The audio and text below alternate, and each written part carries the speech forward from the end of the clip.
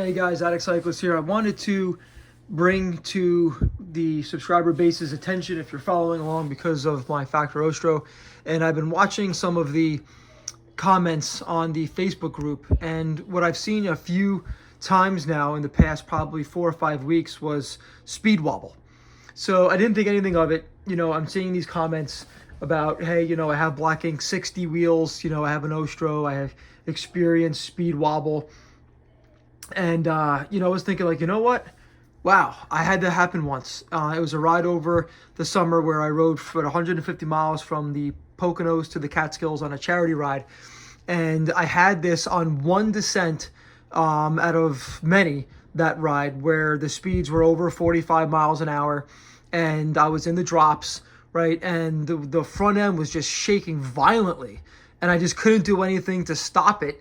I put my knees on the top tube. That kind of helped a little bit, but I don't know what it was. I was thinking it was a crosswind.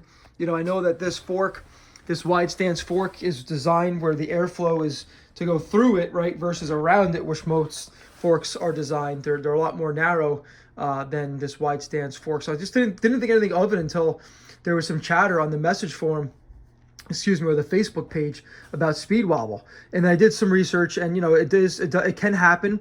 It's a combination of crosswind timing, the depth of the wheels. It could be that the frame is so stiff that there's not a lot of dampening in the actual frame itself, which the Ostro frame is extremely stiff.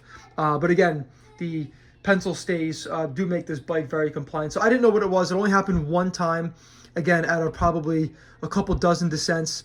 But it was frightening. It was scary, and I've been reading on some sites and some other groups, if you do some searching, that whether it's a tarmac, I saw one that it was on a Trek Amanda. So it is something that can happen.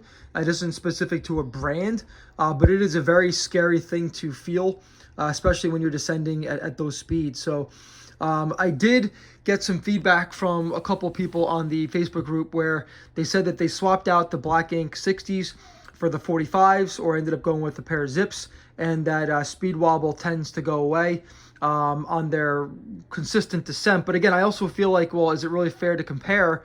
Because which way is the wind blowing? Is it blowing at the exact same direction that you experienced it the first time, or is it consistent on the descent no matter what way the wind is blowing? And basically, you just figure out, hey, listen, I gotta swap the wheels. But I'm curious to hear back from my subscriber base, or anybody tuning into this video, if you've experienced this with your Factor or other bike brands or wheels specifically, and what you've done to combat this. I did notice that when I was descending one time where I started to feel a little shimmy, I started pedaling, right, just so slightly, and it seemed to go away. So it really only happens when you're coasting, when there's no power going through the frame. And yeah, so I don't know what else to explain. I did do some research on it, and it just did state that basically when you're pedaling, it's not so prone to happen. Also, if you're able to put your knees on the top tube to allow your body to absorb some of that road feedback and vibration, that will also help. But it also comes down to the stiffness of the frame. So, again, this Factor is very stiff, and I don't know if that is one of the reasons why I did feel it. It does have great dampening properties out back. But again, the entire interface of this bike is definitely very stiff. So I just wanted to kind of share my feedback. If you experience this, again, in any other bike brand or wheel combination, I would love to hear from you to see, if you've had the same or things that you've done to combat this. So I just wanted to get this video out there and touch on this topic. So appreciate it. Thanks. Be well.